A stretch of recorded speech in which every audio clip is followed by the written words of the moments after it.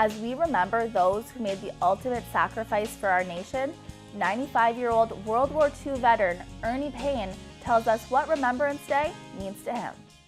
Remembrance Day means to me that I remember all those that I lost at sea on HMCS Louisburg, February the 6th, 1943. There was 50 survivors and 56 survivors and 50 died, went down with the ship.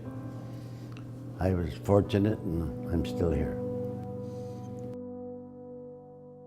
Another buddy and I figured that the war had started, and it was September the 3rd, 1939, and we were young, we weren't working, so we thought we'd join up, and, like the rest of the country was doing at that time, and we joined up,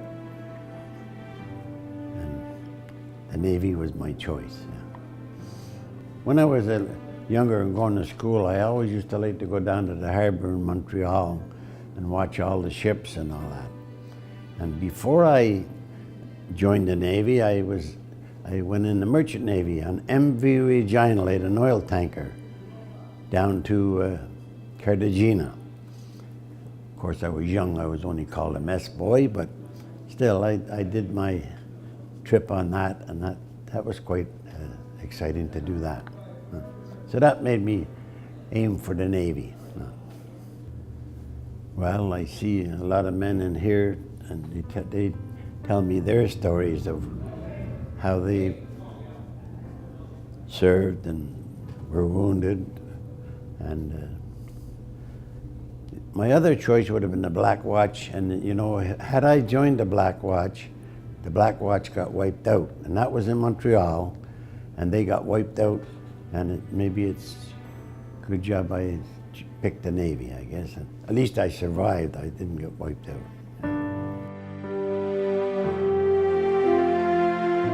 When the bombs hit, I was knocked out, of course, and I had a concussion, and I didn't wake up. There was nobody else left on the ship, and I looked there, couldn't find anybody, but I seen a locker where they keep the life jackets, because I didn't have a life jacket on, and I went over and I got 2 life jackets, and I just held on to them and waded down into the quarterdeck, was up to my knees in water then, and I waded out, and of course I was pulled down a bit, and when I did that, there was either a depth charge or the boilers blew. Something blew me out of the water.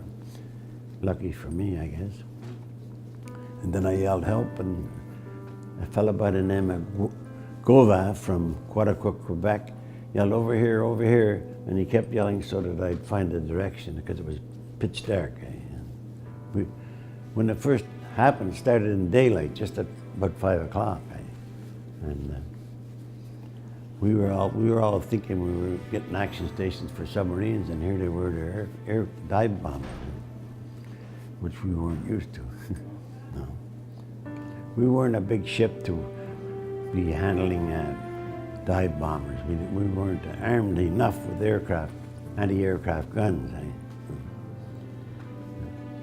Oh, well, I guess I'm just very lucky that I'm here today. Well, I was on HMCS Seacliff, a new frigate. It was one of the first frigates they ever built. And we were in the middle of the Atlantic Ocean then, headed for Derry, when we heard about it. And we heard there was quite a bit of excitement here in Canada, but we were at sea, and when we got over there, they wouldn't let us off the ship unless we went to this Polish Commando camp. And that's where we spent a couple of days there until the ship was ready to go back to Canada.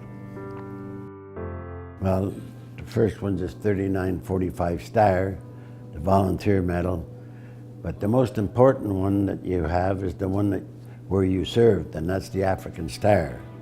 That's the orange one. And if you served in Italy, it's the same color, but it just says Italian campaign. This one says African Campaign 1943-44. That's when the the 8th Army was fighting Rommel, yeah, General Rommel. That's my Canteen book, and you could buy a Pepsi for 10 cents or 5 cents, and you could buy a package of cigarettes for 10 cents. At that time I was smoking, but when the war ended and the cigarettes became 25 cents, that was too expensive for me, and I haven't smoked since. So, but it's a Canteen book, got the name of the ship, HMCS Louisburg, and Canteen book, and inside it's 5 cents to 25 cents. So you see, things weren't too dear on the ship. You could buy a bar of soap for 5 cents. You could buy a Pepsi for 5 or 10, I forget now, 5 or 10 cents. It wasn't expensive. I'm not a religious man, but you know, they always say when you're gonna die, you say your prayers, and I said my prayers, and I've been saying them ever since. I don't want to preach as if I'm a religious person, but I still say a prayer every night for my family. And, you know, I got in the habit of it after that, and I still do it.